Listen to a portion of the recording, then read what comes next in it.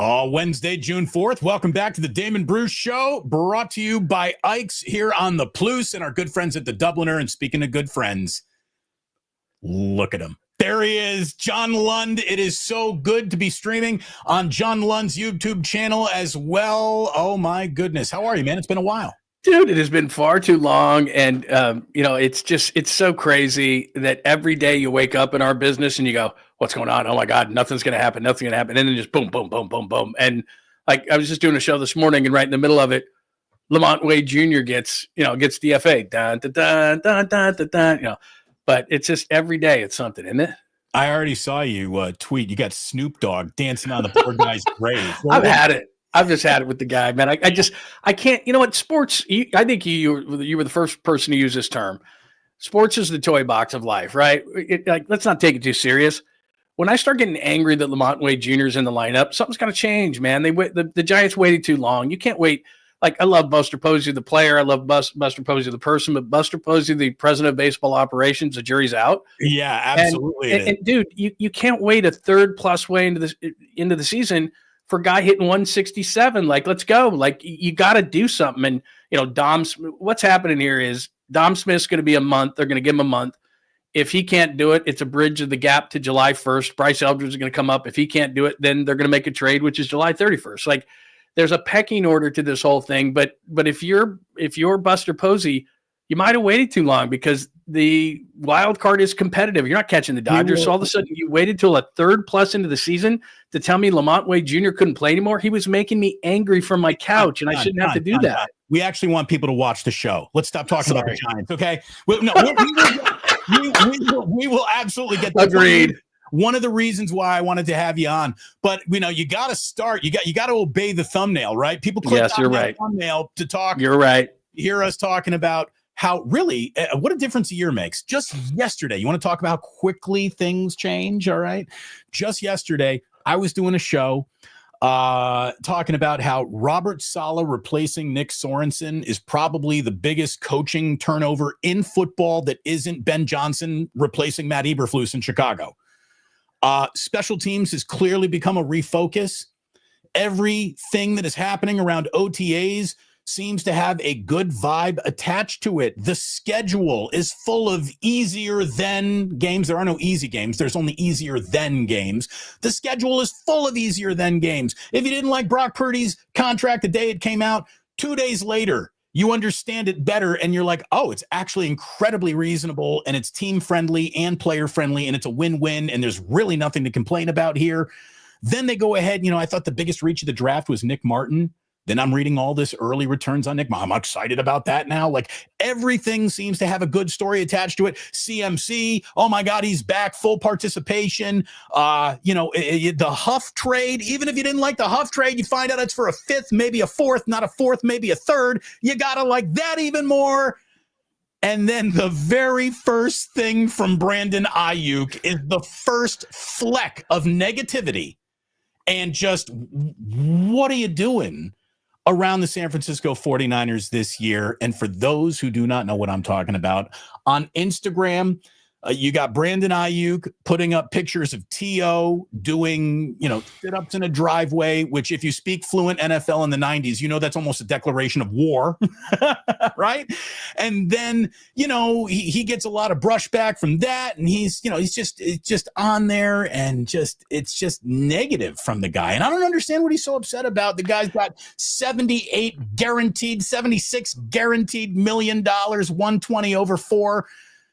And someone was saying, like, hey, man, there's been a lot of negativity even from the team around him. I understand why he's upset. I don't. He's not a sympathetic figure.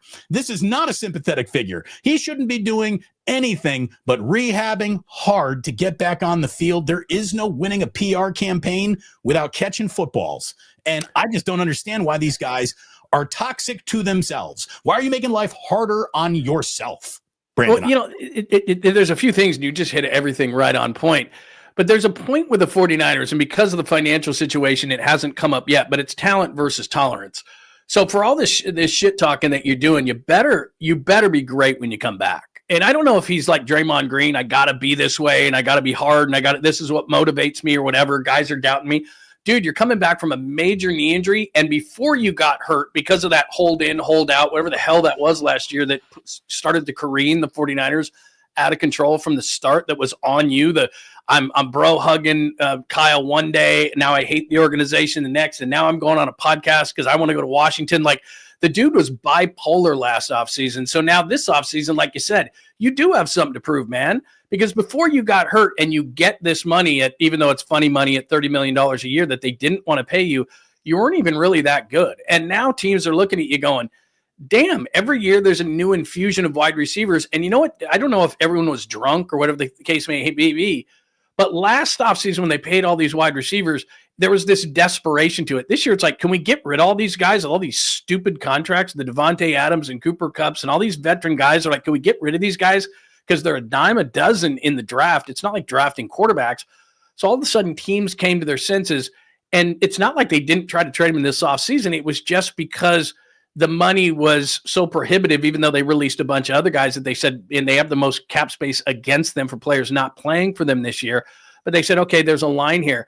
But if Brandon Aiyuk doesn't play well this year, and he's not as you said, he's not acting very 49er-like, they're going to get rid of him, because there's a talent versus tolerance thing that you and I talk about all the time. If your talent is so much that they'll tolerate it, then you're fine. But he's teetering on the line of talent versus tolerance. And really the only thing keeping Brandon Aiyuk a 49er at this point is the salary cap and the hit that they would take. And his injury. Because if he weren't injured, if he weren't damaged goods, I think they would have flipped him, John. They would have. This was the summer where they would have clearly walked away. Not even from the player. Let's call it the contract, right? Because I think there are elements to the play. Here's what I don't understand. And you have been doing sports talk radio in San Francisco since before Brandon Aiyuk was drafted. From the day Brandon Aiyuk was drafted right up until summer of Instagram, did you even know what his voice sounded like? Well, you know what's, I mean, that's funny you say that. Lunchbox carrying, blue collar, hard worker, awesome in the run game. I talked about he was the team's third guard on the field. This guy was a pulling guard at wide receiver. He did. Remember the Christian McCaffrey block against Pittsburgh in the first game of, what was that, 23 or 24, whatever that was? Yeah. Yeah. I mean, when he got drafted, everybody knows this, but when he got drafted, what happened was, when people said he's in the doghouse, Kyle Shanahan is a former wide receiver, even though he wasn't very good, is really hard on that position. And what was happening was, first of all, he wasn't blocking. He wasn't doing the things. He was being a prima donna. If he said it was a 7-yard route, he was running it at 5 or 9. So that's what got him into the doghouse the first time. But what you said about him is so on point. So we would go down there, obviously, and you would too. We'd go down to training camp every single year, and you would have certain guys. Well, we'd have Brandon Aiyuk every single year. And I remember one year, he and Fred Warner got into a fight kind of in practice, and you never really heard a peep from Brandon Aiyuk before. So we're interviewing Warner, and Aiyuk comes in, and Warner wanted to clarify kind of what had happened, and they start getting into it again. And it was the first time I had ever seen Brandon Aiyuk be fired up in any way, shape, or form. I thought he was pretty meek. And then he's taken kind of that moment. I'd kind of just look at from that moment, which I think was like, I don't know, maybe 22 or 21 training camp. And he's just kind of amplified everything the whole time. And like you said, I don't know if he's putting on a Draymond Green act, like I got to be angry to be good, or I'm going to use this as fuel because people are doubting me, or whatever the case may be. But it's like, hey, dude, no, just go and play. Like, you haven't even played. You've got paid like a top 10 wide receiver. You haven't played like a top 10 receiver. So why wouldn't anyone doubt you? The 49ers, as you said, would have moved. I know this for a fact, would have moved Brandon Aiyuk if not for the money and the injury. They were trying this past offseason, but teams are going, okay, wait a minute. I have an NFL draft coming up in which we'll get a guy, third, fourth round, whatever, and we don't have to pay him like Brandon Aiyuk, and he's not coming off an injury. That's why it never made any sense. Like, all these teams who were looking for receivers this offseason, why would you take a broken down guy who just started a contract? It made no sense at all. It's a really weird situation, and the guy seems like he went through a schizophrenic level of personality change. And look, money changes people. The pursuit of money changes people. That's when people get their most nervous, most vulnerable, maybe the most careless, when they really should be at their most careful and at their most discreet. Discretion, my God, it is a missing ingredient in so many of these negotiations. Like, I don't understand why the first move in any negotiation is to remove all team presence from your social media. It's like a normal opening salvo. So stupid, man. It's just what does it get you? What does it do other than get the fans' dander up? And there's no real amount of fan dander that is going to change where a single comma in your contract is going. Let's do old man radio. John, what happened to professionalism? Oh my God. Well, and people, here's the thing about fans too. When I speak for fans, I'm generally wrong, but I know this. We want to like you. Just don't be an asshole. Like, we want to like Brandon Aiyuk. But again, it becomes kind of like Draymond Green, where you have these two sides, because every time he's on social media, whether it's getting pulled over by a cop, which he did one time, or whether it's, the TO thing, or whether it's people over 30 should just shut the hell up, or whatever he said about, taking, shots at him or whatever. It's like, dude, nobody's against you. Nobody is against you. And by some theory, I read this morning, that people think that Kyle Shanahan hasn't been nice enough to him, and he wasn't like he was with Debo. Are you kidding me? Kyle Shanahan loves Brandon Aiyuk. He's taken him under his wing. There's reports this morning. Matt Mayoka reported that Brandon Aiyuk is actually like acting like a coach with Leonard Hankerson in meetings.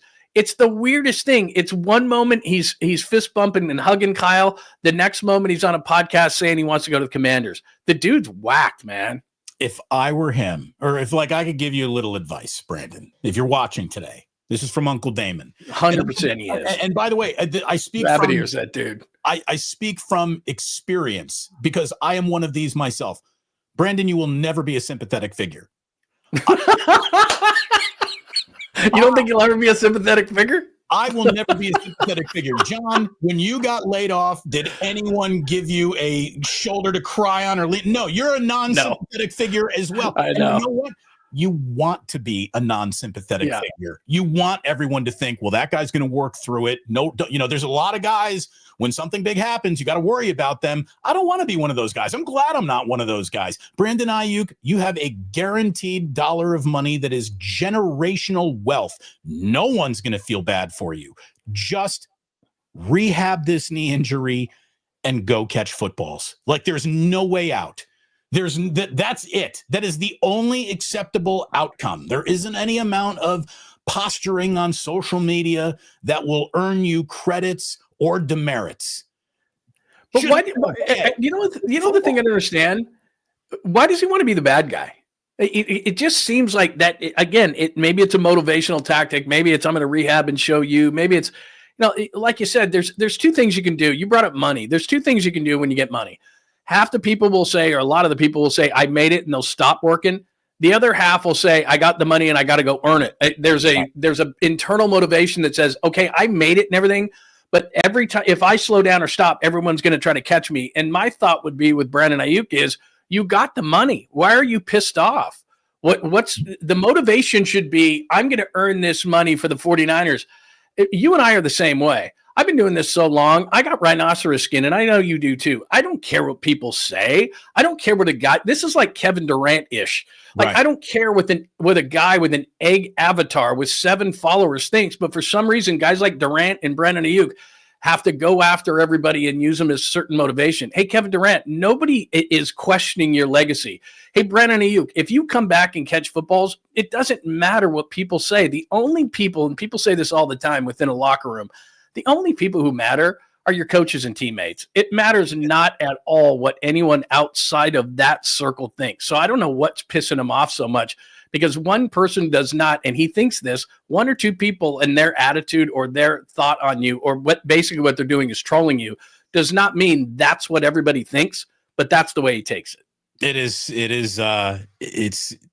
It's just modern sports. It really, and I'll tell you, there is a benefit to being a modern athlete.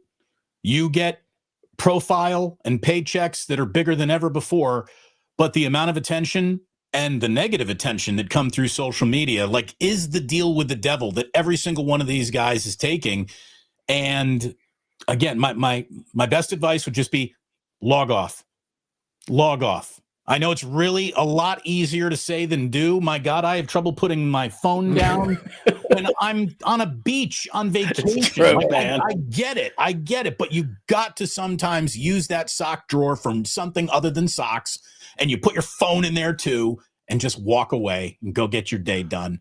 It is great to have John Lund over here. It is so good to be on his channel as well. The growing enterprise that is former Bay Area dudes on YouTube right now. And let me tell you, we always have to thank our sponsors. Thanks so much to 𝐬𝐻𝐫𝐷. 𝐬𝐻𝐫𝐷 has got a brand new sandwich. He has partnered with Jeremy Roenick. So of all of 𝐬𝐻𝐫𝐷 sandwiches, you finally have one that is unstoppable when it comes to wraparound goals on NHL 93. So check out the Jeremy Roenick. We will have pictures and accompanying beautiful Jeremy Roenick things soon. And also this weekend, if you're in Arizona, check out the grand opening of yet another 𝐬𝐻𝐫𝐷 in Phoenix, Arizona. Our friends in the desert, you're about to be fed well. Legacy Village. Check out 𝐬𝐻𝐫𝐷's grand opening. And as always, John, and I don't know how you and I have not ended up at the Dubliner tipping a few back. We need to make that happen. Absolutely need to make that happen. I'll tell you right now, you can either bring the wife or leave the wife. Either way, I think we have a great time. I think I know what you're hinting at. Yeah. So, also of our significant others, but yeah. Think of the significant conversation that we could have before just us. Anyways, get yourself to the Dubliner and West Portal, one of the best bars in all of San Francisco. And what more could you want? Muni drops you off and picks you up right out front. Say hello to Kenny and John, our good friends at the Dubliner. John, we got any business to do on your side? Any sponsors we need to thank? What are we doing? No, but John Lund Unleashed, just make sure that you subscribe, like, and all those kind of things, and keep your alerts on. That's all I'll say. But and I always appreciate being on your channel, man. It's always a lot of fun, and we're kind of kindred spirits, and we've known each other for a long time. And I just, like I said, I always like to say this: always respect what you have done, and I respect everybody that has done our business and walked on that, on that high wire as long as you and I have. So, to just kind of move it over to here is pretty natural. And I love what you've done with things. I think that your channel is awesome. And you and I absolutely sprechen Sie Sportstalk Radio Deutsch. We do. I mean, this is what we've done for so many years. I've found out I am thoroughly unqualified to do anything but this. Me and you both. Like, what else can I do? I can talk. If I really had to put, like, what's the top thing you should put on your resume, it would be unhireable. That's why why would you come to me unless you wanted someone in the office talking about catch radiuses and batting averages? So it's good that we have this option, and I'm glad to see us both taking advantage of it. I really am, and we need to do more shit together. 100%. We say that every time we do it. I know. Well, what's funny is every single time, because my wife doesn't watch. It was almost like like radio. Like for a while, your wife or significant other will watch or listen or whatever for a while, and then they get bored of it. And then every time that I told her this morning, I go, yeah, I got to do the show. Then I'm going to be on with Damon, and then we're doing XYZ. It's like, oh, I'm going to watch that show. Just it's good. It's good stuff. You. And her name? Her name is Lainey, and she's a big fan. And every time I get off your show, she goes, "That you should do more of that guy." And I'm like, I know. We'll do it. We'll do it. And then we don't. Forget what I said. Bring Lainey to the Dubliner. And believe me, she's fun. I mean, she's fun. You need your own time. I get it. All those kind of things. It's a little give and take here and there. But yeah, she is fun. She might overindulge more than me. We go to supers when they come on in. Wow, Giants finally made a move. Time to chug you two. Oh, that's right, because you've been doing bottom of the pint with Kruger. It's that's been fun. That's been fun. My studio smells like beer. I know it's a good time because every time we do that show on Friday night, we do it during Giants games. And the next morning, I walk into my studio and there's about 9 crushed beers on the floor, and it smells like a bar. So I know it's a again. And I don't really remember most of the show. I'm joining you guys soon. We're going to do good. You've got to. It is fun. It is really fun. Fuji again coming up saying a hot tub from Brock should make Aiyuk happy again. Yeah, hot tubs for everybody, man. Although he'd be the first to be like, "Where's my Toyota Tacoma?" Oh, that's right. Yeah, his pop owns that. Not anymore. His dad, he gets that contract. Dad's selling the hot tub shop in Phoenix. Fuji coming in again, telling about little. You're right. He's right though. Wasn't the sock drawer where Dad's good magazines were hidden, or was that the Hawaiian shirt drawer? Yeah, I'll tell you what it was. From my dad had no shoe boxes in his closet, but one. And like that's a bad that's way to hide the good anything. stuff. When there's one thing in there that's supposed to be hidden amongst the group, it's like E.T. hid in the pile of stuffed animal toys. He didn't just go stand in the corner, so I knew exactly where the porn was. It's funny. My dad used to stack them up on the back of the toilet, and it was just like that was happening. And then all of a sudden, he was just like, "But don't use my bathroom, right?" And so what started to happen when I was of a certain age is all of a sudden my mom would be like, "Where's John?" And then they'd knock on that bathroom, get out of there. And because that's where the good stuff was. So it was like, oh, well, I had a sister, Julie, she was in the bathroom. I had to go to this bathroom. Like, well, you go to this bathroom every time now. And you're in there for like reading Gone with the Wind and the Bible. It's like, we know what you're doing. Get out of there. My hair. See, you have great hair. I do not. So I couldn't get away with that excuse. But yeah, I'd spend long times in there. And my mom would be like, okay. My dad's name was George, and she said, George, you got to move the magazine. So when I was of a certain age, she could stack those. When I got to about, 13, it was like those things were vapor. I don't know what happened to them. In Schenectady, New York, the place where I used to go get my hair cut was Ed's Barber Shop. And I had a few rules. I never got my hair cut at any place that didn't have a barber pole out front. Ed had very nice. Ed always had a crock pot of chili. So while you were getting your hair cut, you sat there and would eat a little bowl of chili, like out of a Dixie cup. Was it good? It was good, but then you'd get hair in your cutting your hair. You'd get hair in your chili, but you're cool. But what Ed also had was a stack of dirty magazines in the back, and I would get my appointment. My appointment would be after school. Like 4 o'clock haircut. I get to Ed's at 2:30. I'm eager. I need this haircut. It'd be a very good haircut. By the way, Rob C, famously Rob C, notes that say bottle pulls. I'm deferring until I see the blacken. So you know what? All I can tell you is that very few people will make me reach. That is good. Like quite Rob C. Rob C is one of the best viewers you can find. This man is a generous viewer, and if he says take a bottle pull, there aren't too many guys who make me drink at 10:30 in the morning or 11:30 in the morning. Here we go. Plus, I got to tell you, as a big whiskey connoisseur myself and a big bourbon and whiskey fan myself, I was at a bar a couple of years ago, and they were I love old fashions, and the bartender pours me one. He's a friend of mine.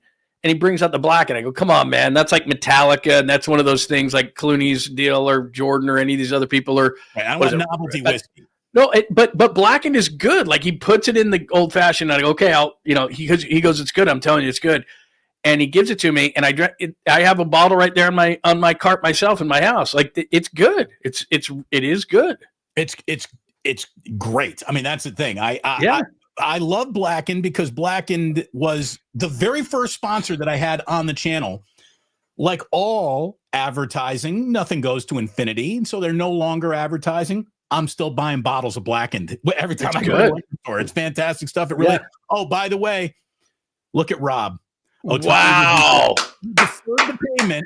I don't know that I've ever seen what is that, magenta colored super before. That's beautiful. Absolutely. Seriously, Rob should come with like shooting stars and rainbows out of his generosity. We really appreciate it. Thank you very, very much. And Joe Schmo, hold on, where is he? Who's going to block? Wait, the chat's moving so fast. Sub to Lundy. Absolutely. Get yourself subscribed to That John sounds Lundy. dirty. That sounds dirty. Is you a Dom? Are you a sub? Are you okay. Yeah. So, but that's good. YouTube, when you're a sub, it's good. When you sub, it's good. Yeah, look at it this way. It's better to be one of those than just Diddy sitting in the corner. Right? Absolutely. Is that wild or what? Oh my God. Do you want to play tennis or would you like to be the chair umpire? Exactly. I want to hit the ball. Exactly. To each their own, I suppose. In your entire but by the way, this is not the Brandon Aiyuk topic anymore.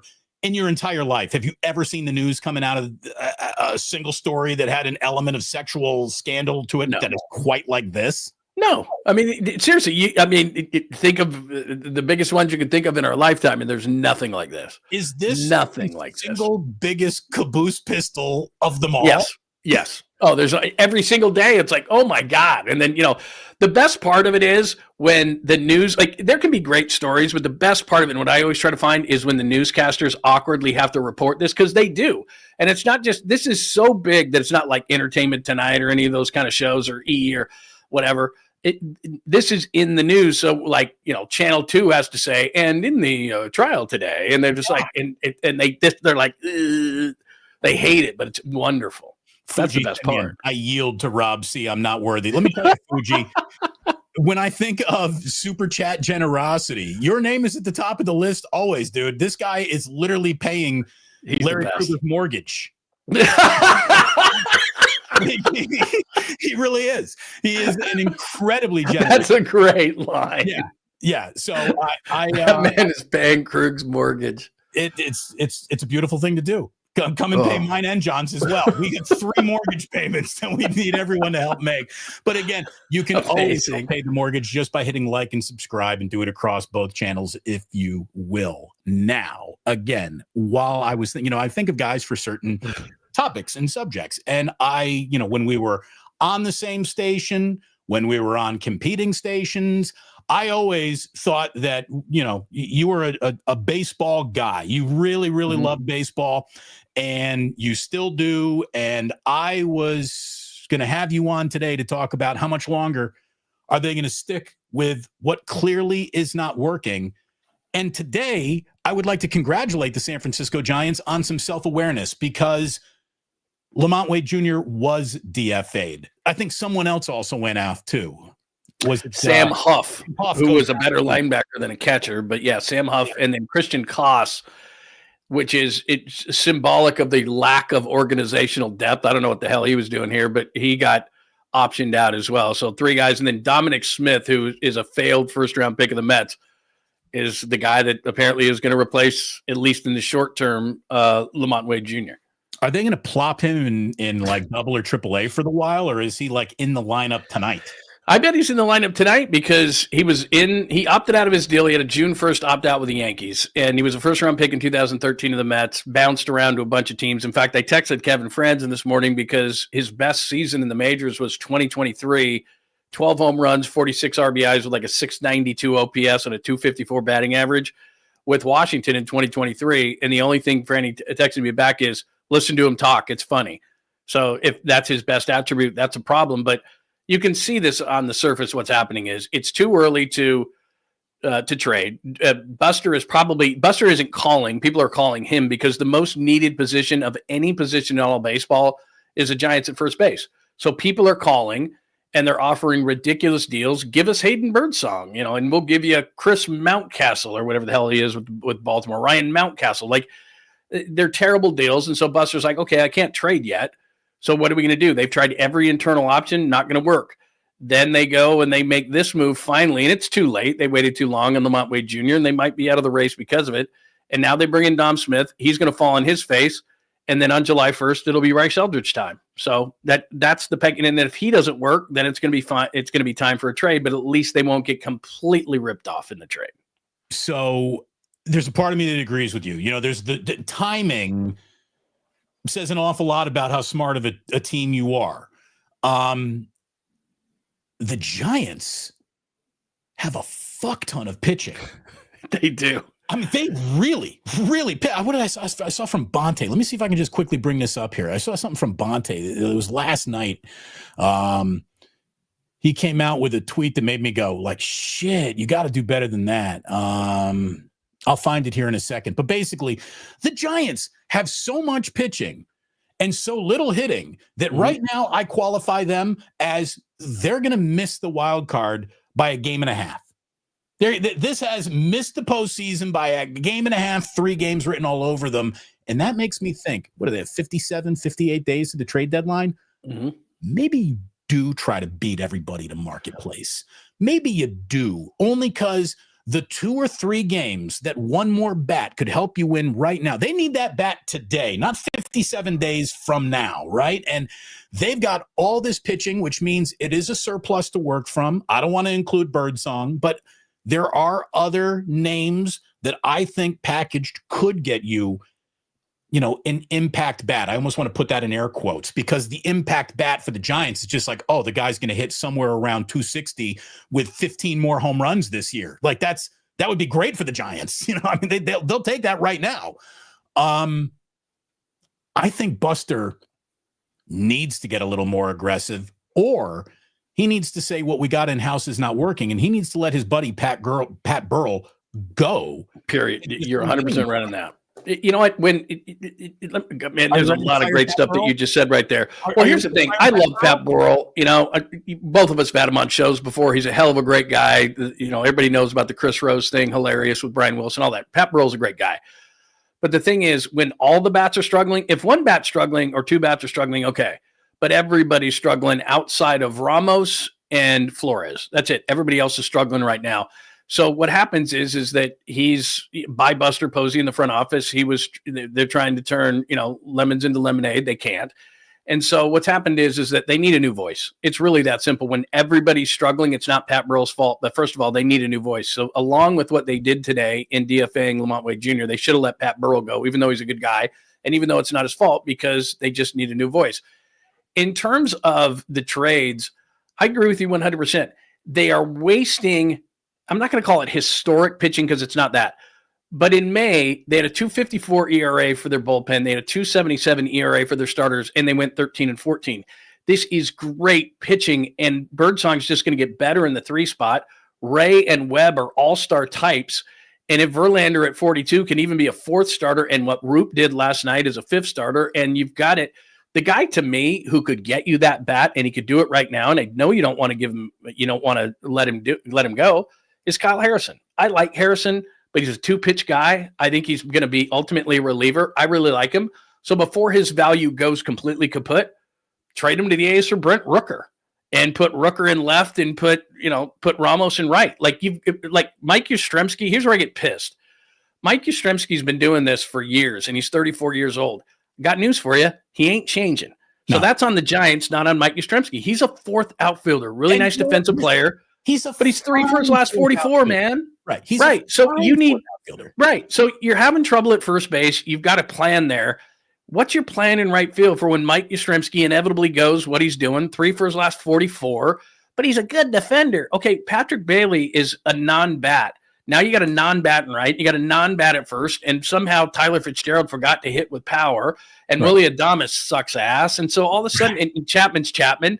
What are you going to do? You have 2 bats in your lineup. So Yastrzemski's one, but that's not on Yastrzemski. He is what he is. Did they think that they were going to bang their head against the wall and he was going to change? Or Lamont Wade Jr. was going to change? Like, they're just too slow in the way that they're reacting. But to me, Kyle Harrison is the name because I like the guy.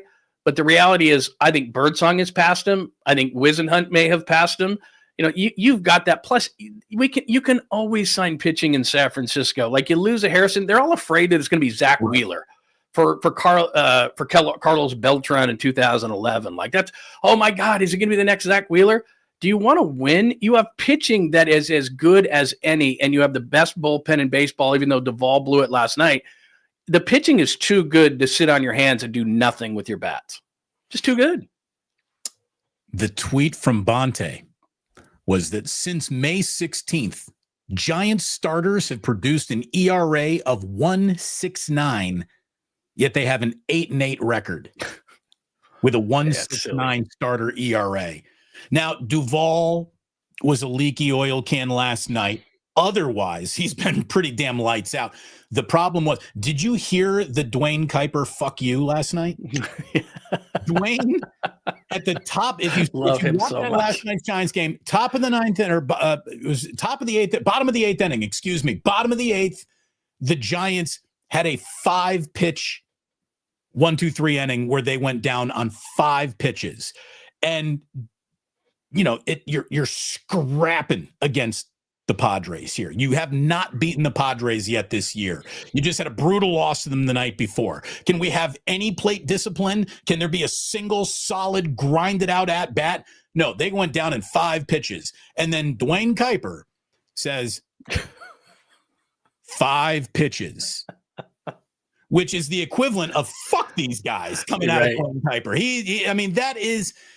That can't happen. And again, look, Is Pat Burrell or anybody working with the New York Yankees lineup here? No. But these at-bats aren't competitive enough when you have inferior talent. Like, here's the thing. The best thing you can do with inferior talent isn't produce like a monster at the plate, but just have a competitive at-bat. Make that pitcher work a little bit. And these guys aren't doing it across the board, up and down the lineup, whether you say that guy's good or that guy's bad. Uncompetitive at-bats all the time from this team. And look, John, it is unfair to say reach verdict on anyone when they're not even halfway through their first year. Curb your Buster Posey enthusiasm, everybody. I hate to say it. This guy might be an empty suit executive. Now, we'll see. It's just his first year, but here are his moves. You know, and you can say, well, it's Zach Manassian is now the GM. This is all Buster. Yeah. Buster gave the largest contract in the history of the San Francisco Giants to Willy Adames. That made everybody in Milwaukee fall off their bar stool laughing. Dude, I knew that Willy Adames sucked because I watch a lot of Cubs baseball, and he didn't scare you in one at-bat, not never. His production was a product of playing in the hitter-friendly Miller ballpark, and bringing him here is basically cutting his stats in half, and look at what the guy's doing. He's hitting 206 with 5 home runs, 7 years, $185 million. It's a disaster. His next big move was bringing in Justin Verlander, who is back throwing off a bullpen, and that's good news, I guess, but he is deeper into the season without finding a win than he ever has been. His ERA, very pedestrian. The two big moves have gone totally belly up. Big extension for Matt Chapman. I'm fine with that. That guy's a major leaguer. I'm fine. Matt Chapman can have an 0 for 4 and still win you a game with that glove at third. I'm good with Matt Chapman. No problems there. No complaints. This is the same team we've been watching every fucking year for the last 3 years. Nothing changes what they do, how they behave, and the whole breaking out of spring training with, it's Buster Ball. It was Buster Ball for about a month. And then Major League Baseball gets its book on how to cook you, and the Giants have just been way pedestrian here. I think they need to move way before the deadline. I do. I know you said it'd be silly to give up Birdsong. I agree with you there, but getting aggressive and adding that bat now, I think is something that they have to do because the talent around them is way too good to keep up with when you got a 4-cylinder engine.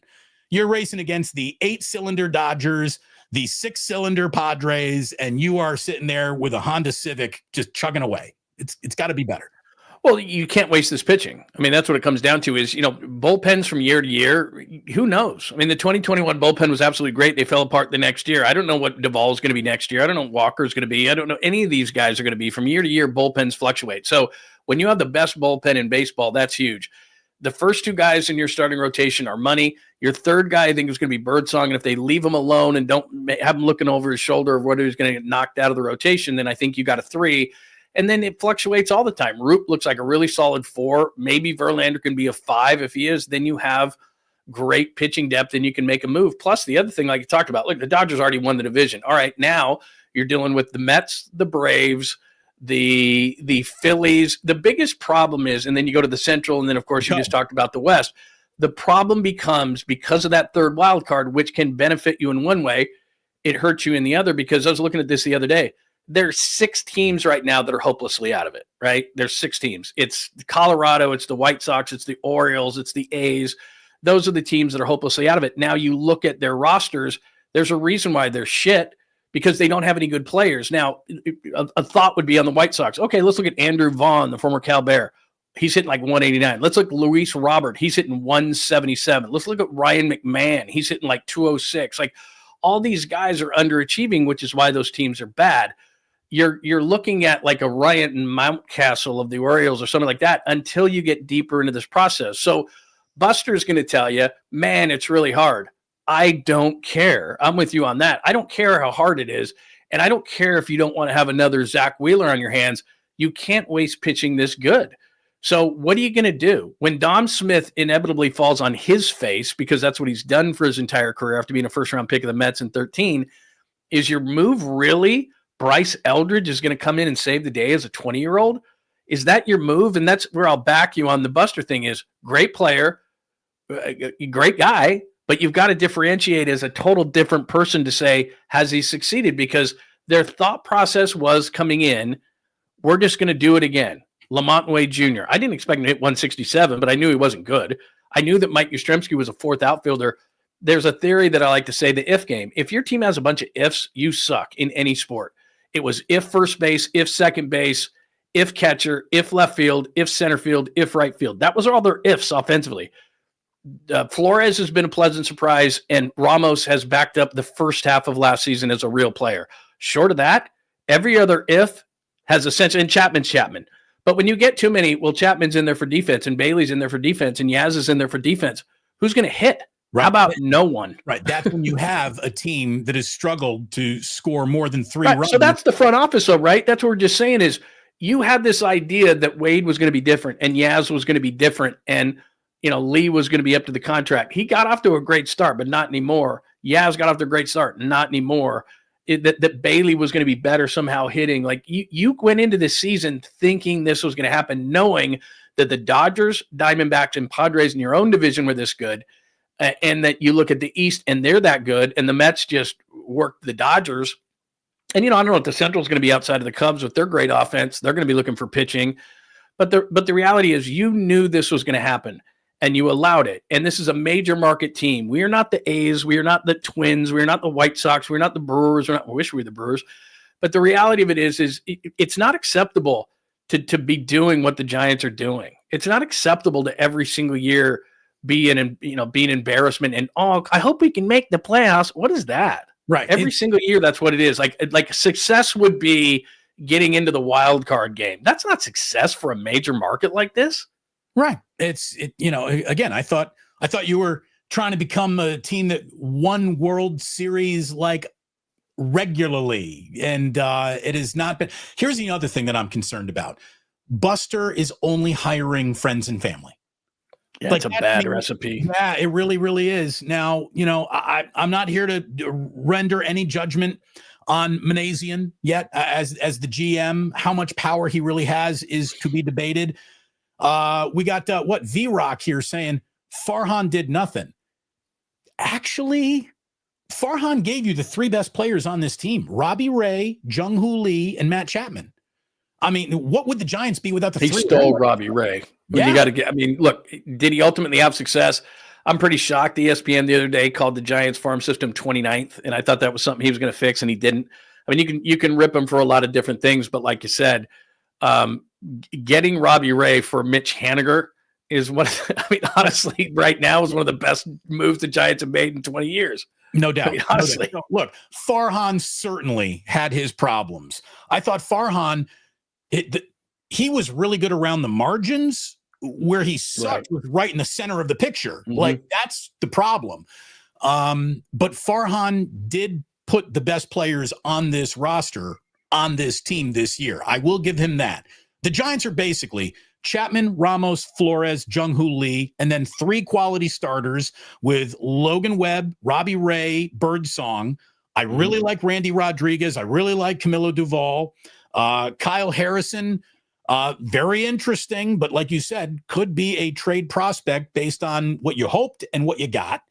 It'll be interesting to see what the Giants do here. They're right on the balance beam of they could have a good year or they could fall off and the June swoon just takes them right down the toilet.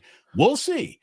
But again, some self-awareness today by letting go of Lamont Wade Jr. So congratulations. By the way, 250 people in the room. We only have 70 likes on this side. So I just boop, that's all. Just hit the thumbs up.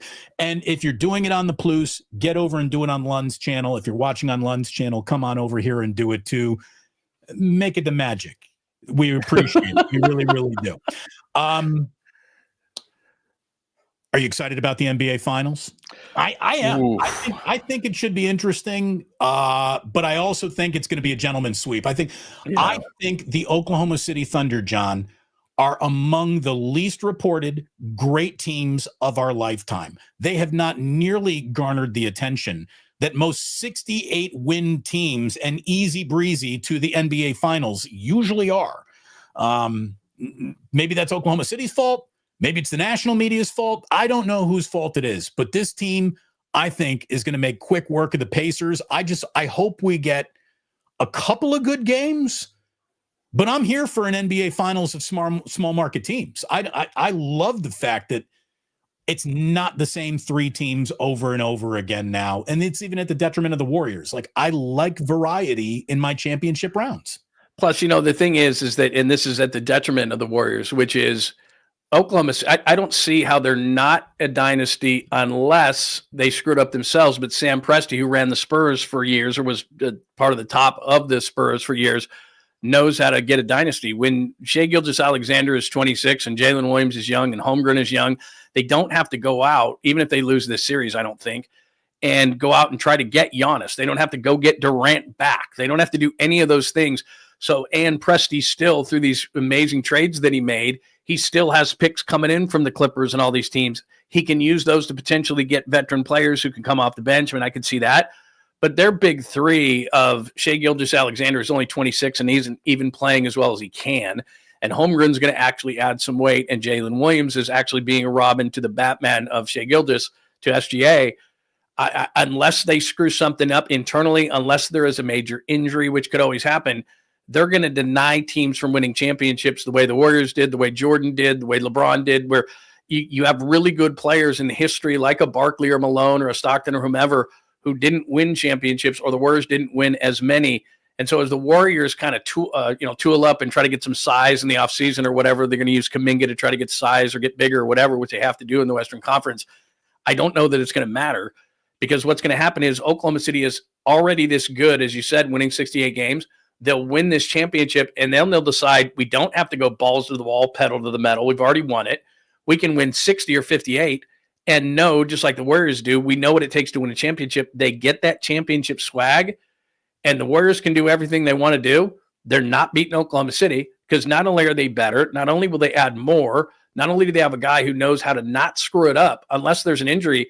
This 2-year run that the Warriors have in their head, where Kerr and Curry and Butler and Draymond's contracts are all up in 2 years, Oklahoma City's not letting you win a championship. So I hope you like the trophies you have, because if Oklahoma City is this team, now they have the championship swag, you're not getting another one while they're around. I think I saw the list the other day. It was the Clippers, the Lakers, the Warriors, the Grizzlies, and there was somebody else in there. Maybe it was the Phoenix Suns. Mm-hmm. Don't have a first-round pick. So old teams that need that youth infusion aren't going to be getting it this year.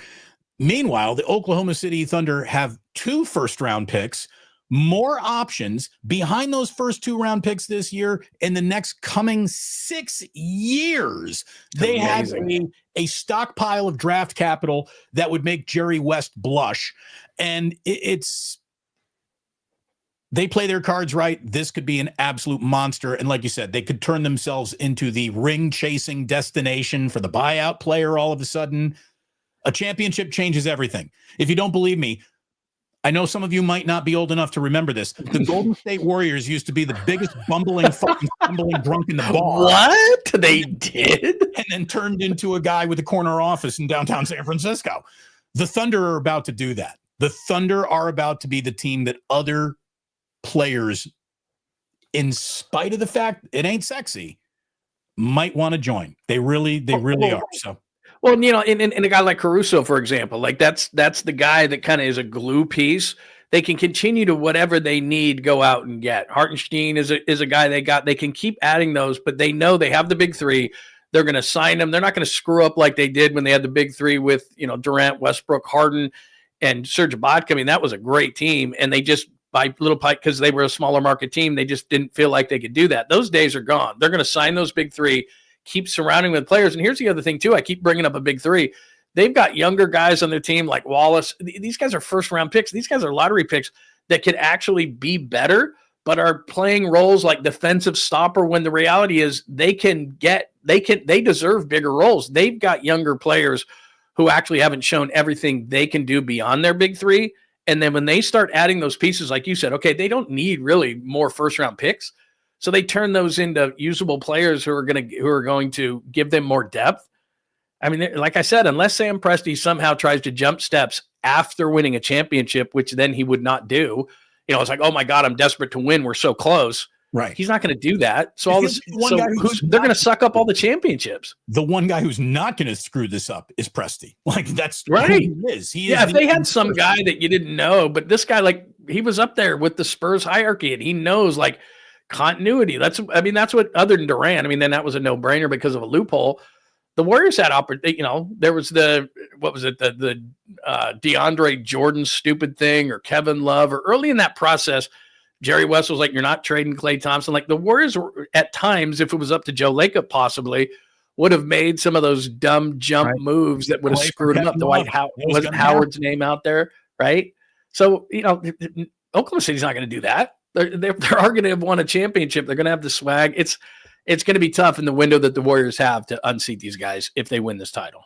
By the way, thanks to Danny, who's saying, I thought I would give both you guys a super. That one's on your side, and this one's on my side. So there you go. He did drop Danny's super. A good man. Both good channels. Man. Thank you very much. Danny Golding TV. Always great to see you. Fuji saying, give Posey time. The farm system is ranked. But here's it is bad. But here's the thing.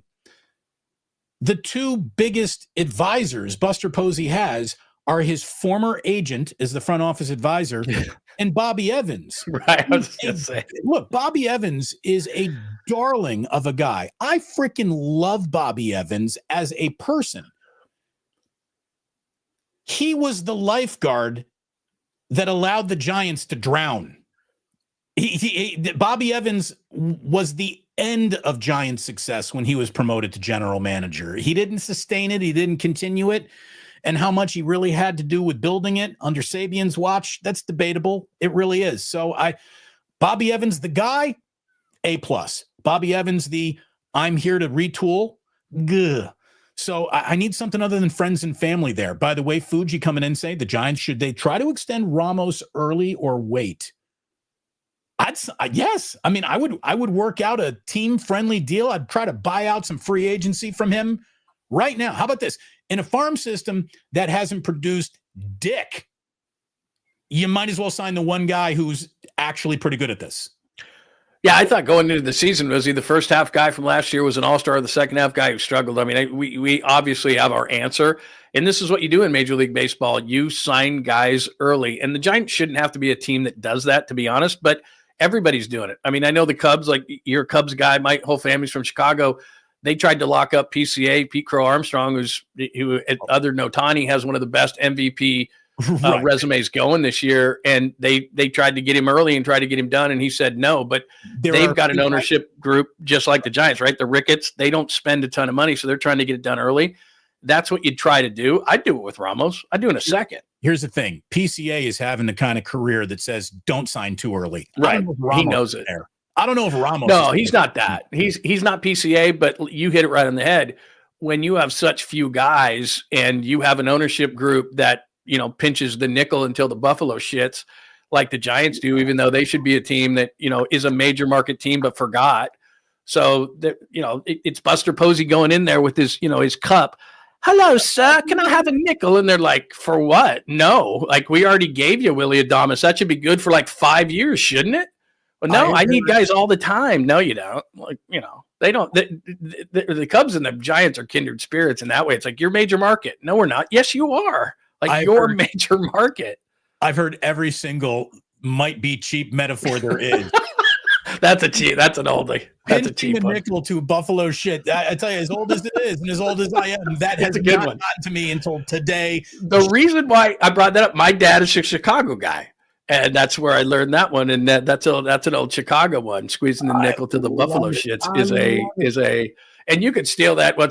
And I would never say one thing. That's a great one, but that's the Giants. Seriously, I do put it on Buster the executive, but Buster the executive too. After Willie Adames, I'm sure around that big mahogany table that they have is like, well, that's it for like 5 years, dude.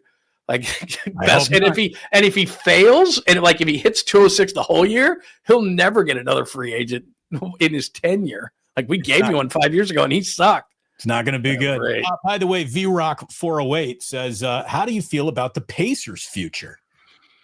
Look, you got Tyrese Halliburton and you have a team that is actually using the word friendship as they describe their level of success, I do think that is going to be appealing to players. The debate that I've seen on some national shows is the super team, is the super group era over in the NBA? No, it'll never be over. Oklahoma City's got one. It's just you have a big three is what it is. Right. That's the thing. Right? To say that there's no superstar. Well, you got the MVP on one, and Tyrese Haliburton is, a burgeoning star without a doubt. On the other side, we had one bad game. Oh, in the series where they beat the Knicks, yeah, he did have one bad game. He also had one of the most amazing shots you've ever seen in game one. And the guy is motivated in all the right ways. I'll tell you this. I certainly feel a lot better about the Pacers than I do the Sacramento Kings. Can you imagine? Oh, my God. You trade Tyrese Haliburton to keep De'Aaron Fox, and then you look around, he ain't even there anymore. They want to mess that. I don't know how many mistakes a team can make. Look, I'm not an advocate of leaving your team, but if you wanted to ditch the Sacramento Kings and you were a King diehard, who could blame you? I mean, from Luka to Jimmer Fredette to Tyrese Haliburton trade to everything else, they're always a mismatched group, and this is the worst they've ever been. So if I were them, I would ditch it. But the one thing that makes Indiana's future great is it's so hard to find a number one, like the great lead singer, right? Like Tyrese Haliburton's a one, and teams want it. And I don't mean positionally. I mean as a person, he's their Steph Curry, and again, he's not that. But you've got to get a one. Shai Gilgeous-Alexander is a one, clearing away. You pay him, he acts it. He is the guy. He wants the ball in his hands. Like so many guys think they're a one, and they're not. And that's what Tyrese Haliburton is. And then you build outwardly from there. Like guys like Miles Turner, who Warriors fans want. And I get it. He's been talked about as a target forever. Why the hell would he's a free agent after the end of the year. Why the hell would he leave Indiana to go to the West? He's in the East where it's like Jason Tatum's got an Achilles. The Knicks are firing Tom Thibodeau.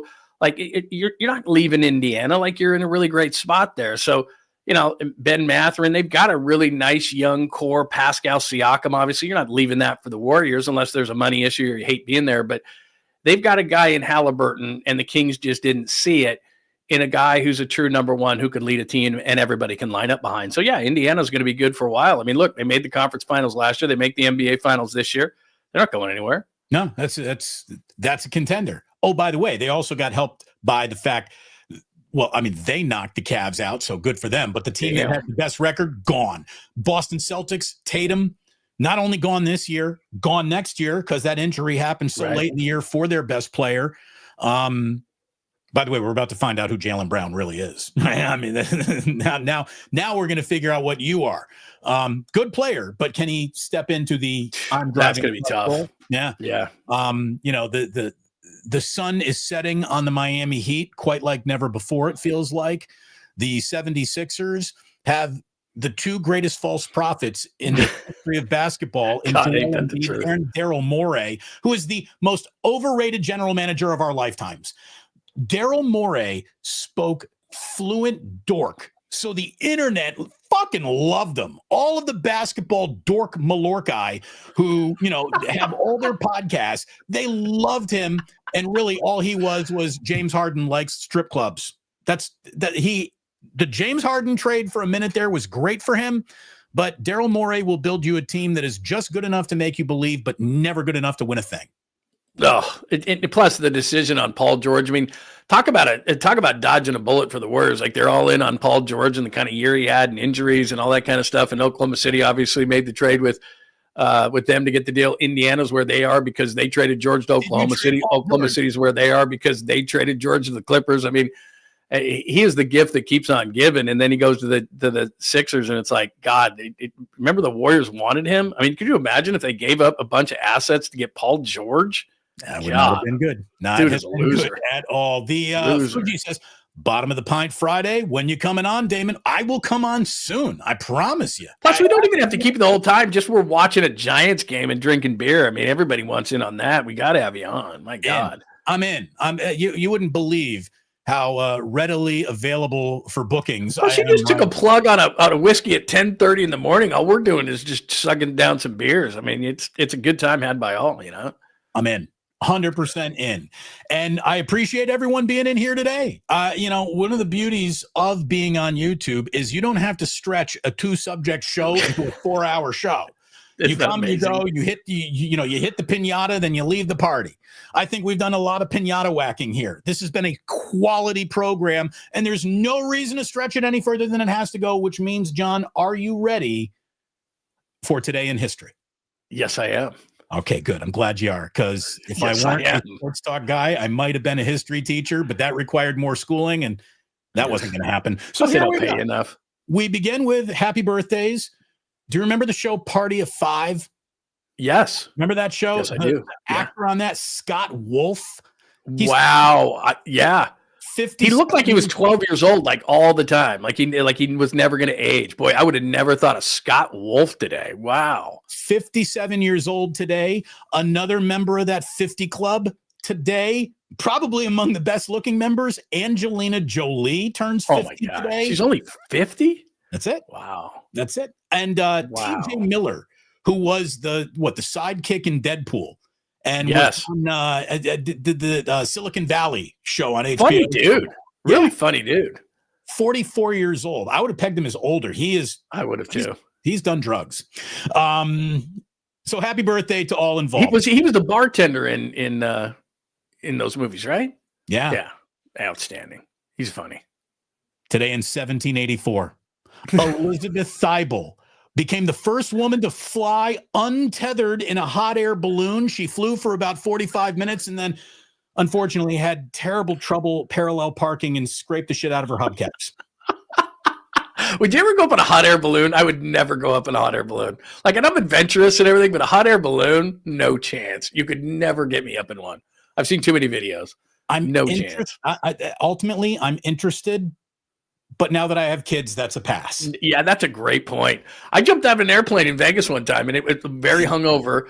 And it was before I had kids, and it was wonderful. Once the shoot went, you went, okay, I can see the strip. This is cool, whatever.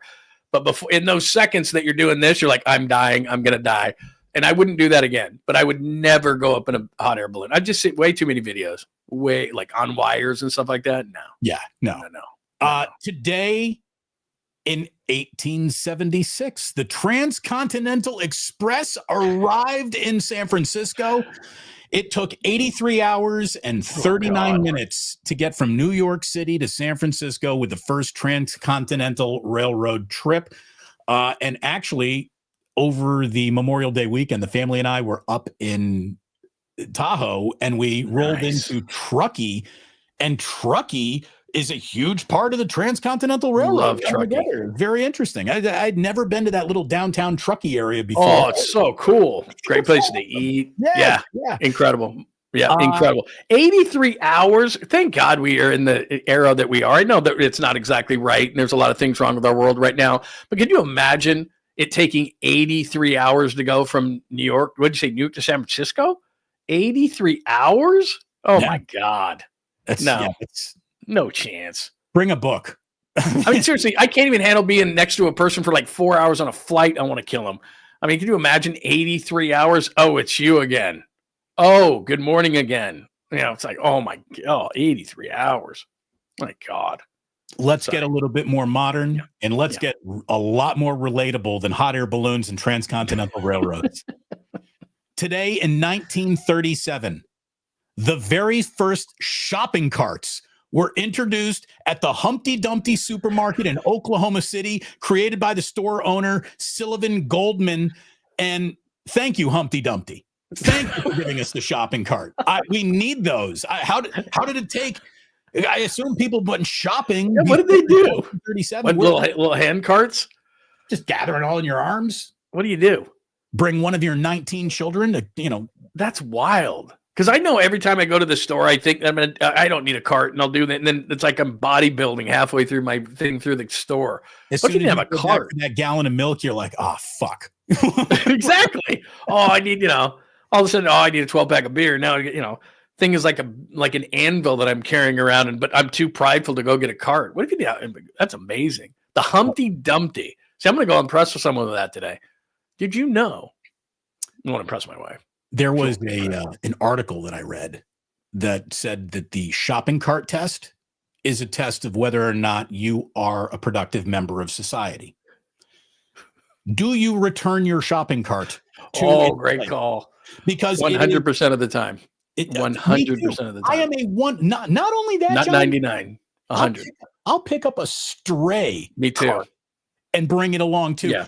Because I appreciate the hardworking men and women of America. How do I help make your job easier? It ain't easy working at a freaking supermarket for nothing. So do right by it's also a victimless crime. Basically, if you don't do it, there's no penalty if you don't do it. This is a test of, character is who you are when no one is looking. And character is, do you return your shopping cart, yes or no? I really believe that. So hopefully everyone who's watching is a shopping cart returning kind of an audience member. I didn't think we'd have this conversation today, but you are 100% right. And literally, I threw my stuff and I look, okay, where is it? And a lot of times, if it's way up to the front, I'll even go way up to the front. And like you said, I'll take some strays. I don't know why. This is a peeve of mine. When someone takes one and like jams it up under the grass or something, it's like, you get this kid who's making minimum wage and he's got we need a cart run. And the kid has to go out there and take all this stuff and take like a half hour. And he's got that fluorescent thing on and he's embarrassed about it. It's like, come on, man. It takes you, what does it take you? 5 seconds maybe to turn around. Where's the thing at? And you put it in there. Come on, man. Just do right. Have some respect for your fellow man. Exactly. Be an example in society. Be a productive member.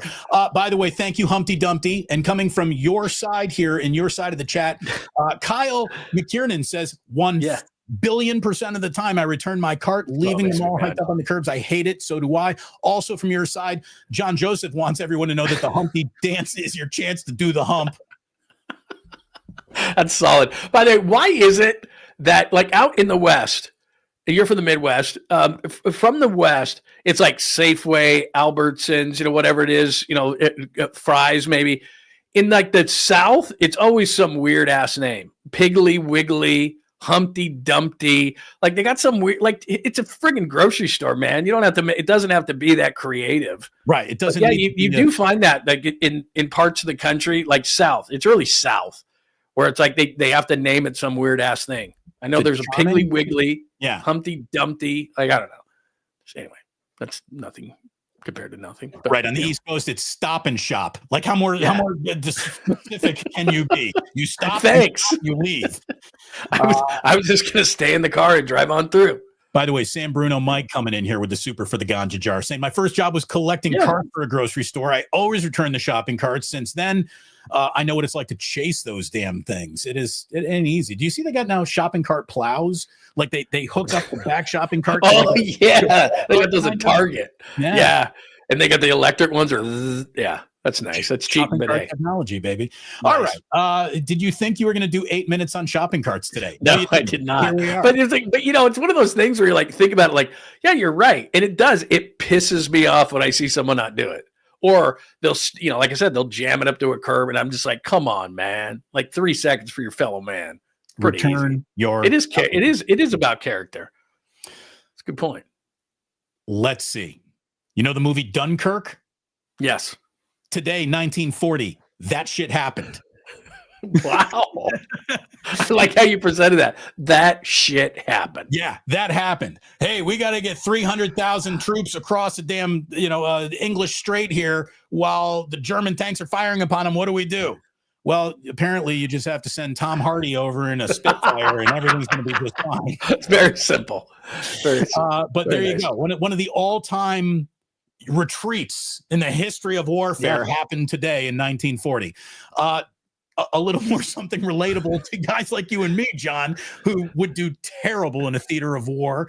No, I would. Yeah, it'd be bad. Today, I don't need to be in war, and I certainly don't need to be in prison. I wouldn't do well in either scenario. Today in 1974, 10-cent beer night happened. Oh, get out of here. Really? It was a doubleheader. And in between games, everyone in Cleveland was so hammered that they had to forfeit the game to the Texas Rangers. That's some good old-fashioned, everybody here is hammered drink in Cleveland. Yeah. Kids like that don't drink anymore. You could have a 2025 10-cent beer night. Most people aren't getting like this game's getting canceled, hammered. Right. That was very much a 70s thing. And I don't know what would be the equivalent nowadays. I don't know what the inflation rate is on 10 cents, but even say it was $1. Like if it was dollar beer night, like minor leagues have that all the time, not dollar beer night, but they do. A lot of people go to minor league games because they have a, Thirsty Thursday or something like that. It would probably get way too out of control. I mean, if you had like dollar beer night, let's say the Giants would, hey, everybody, because remember they made a big deal a couple of years ago. I think it went down to like $9. I think Larry Bear came on the air and said, hey, guess what? We suck ass, but $9 Coors Lights. And everyone, oh, we're right. Instead of $20. But yeah, if they did dollar beer night, it would probably get out of control. Would it be canceled nowadays? I don't know. But dollar beer night, you'd get a packed house and you'd get a lot of people that were hammered. I don't think that you would cancel. I don't think you'd cancel. When you and I were in our 20s and 30s, yeah, we went out drinking regularly. It was our preferred method of inebriation. It was you're young enough. You get right over it the next day. You're not hungover. You're fine. And it was now it's edibles, it's weed, right?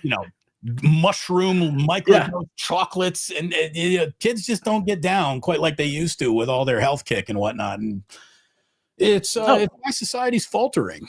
Man, dime beer night. That's crazy. We did right. I did after this early in my 20s. One of my first jobs. There was a place that did. They called it penny pitchers, but really what they did was they just poured a bunch of foam in there. But you drank them as fast as you can because once the keg ran out, you were out.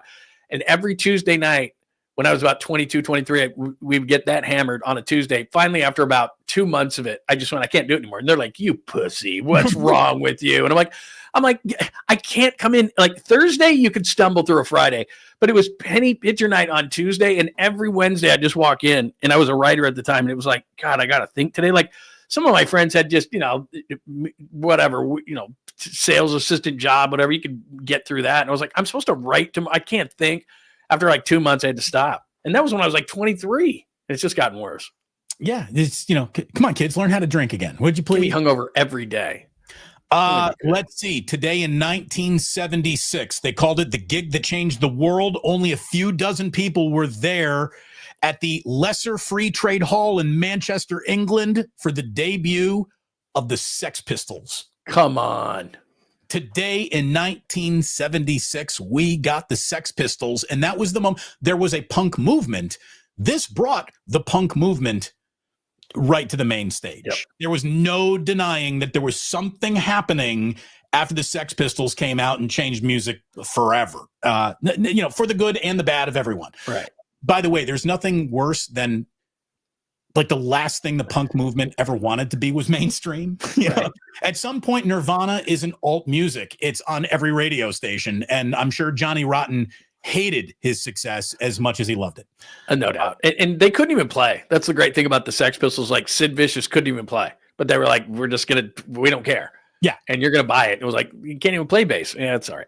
Now, speaking of popular music, especially among guys our age, John, especially, it feels like that if you were even like a generation above us, if you're 10 years above us and you work in sports and you're Caucasian, you worship at the altar of Bruce Springsteen. Today, June 4th, 1984, Born in the USA was released. Wow. That's a huge one. Outside of Thriller, it's the biggest album release probably still in our lifetime. I mean, Born in the USA had a record-tying 7 top 10 singles coming off the album. I mean, nobody does that anymore. I'm going to listen to Born in the USA today at some point in time, the whole album through, and it's like flavor memories. There's a lot of memories are going to come back at me. But there you go, Bruce Springsteen today. Wow. And then, of course, you had, Courtney Cox joining him on stage in the Dancing in the Dark video with a little bob haircut. She looked good. It is National Corgi Day. It's not a dog I ever gave much consideration to until my neighbor's got a Corgi, and I dog sat that dog. I freaking loved it. That thing, I didn't even want to give her back. She was fantastic. They're very smart. They're very smart, right? I was kind of anti-Corgi. Now I'm pro-Corgi. Oh, really? It is also Cheese Day. And as you can see by my body type, I have always been pro-cheese. Are you a Dude, runner? No. I've been over cheeser too.